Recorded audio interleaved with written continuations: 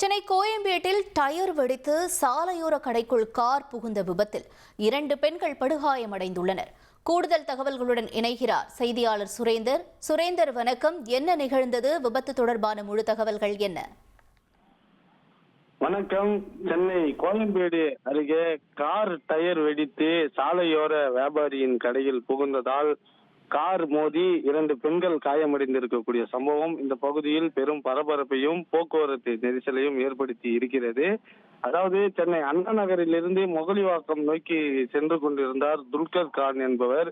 தனது காரில் சென்று கொண்டிருந்த போது திடீரென கோயம்பேடு அருகே சென்ற போது காரில் டயர் வெடித்து எதிர்பாராத விதமாக கார் சாலையோரத்தில் இருந்த வியாபாரியின் கடைக்குள் புகுந்தது.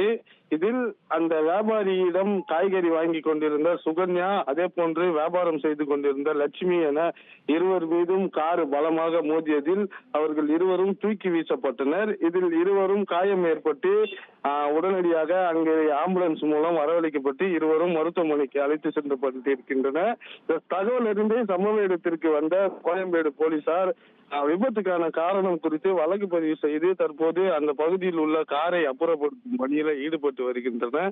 இந்த சம்பவத்தால அந்த பகுதியில் பெரும் பரபரப்பானது ஏற்பட்டிருக்கிறது. மேலும் இதனால் கோயம்பேடில் இருந்து மதுரவாயில் நோக்கி செல்லக்கூடிய சாலையில் போக்குவரத்து நெரிசலும் ஏற்பட்டிருக்கிறது. மருத்துவமனைக்கு சென்று கொண்டிருந்த நபரின் காரின் டயர் வெடித்து சாலையோர கடைக்குள் புகுந்ததால் இந்த சம்பவம் அந்த பகுதியில் பெரும் பரபரப்பையும் அதிர்ச்சியையும் ஏற்படுத்தி இருக்கிறது. விவரங்களுக்கு நன்றி சுரேந்தர். செய்திகளை உடனுக்குடன் தெரிந்து கொள்ள உடனே சப்ஸ்கிரைப் பண்ணுங்க.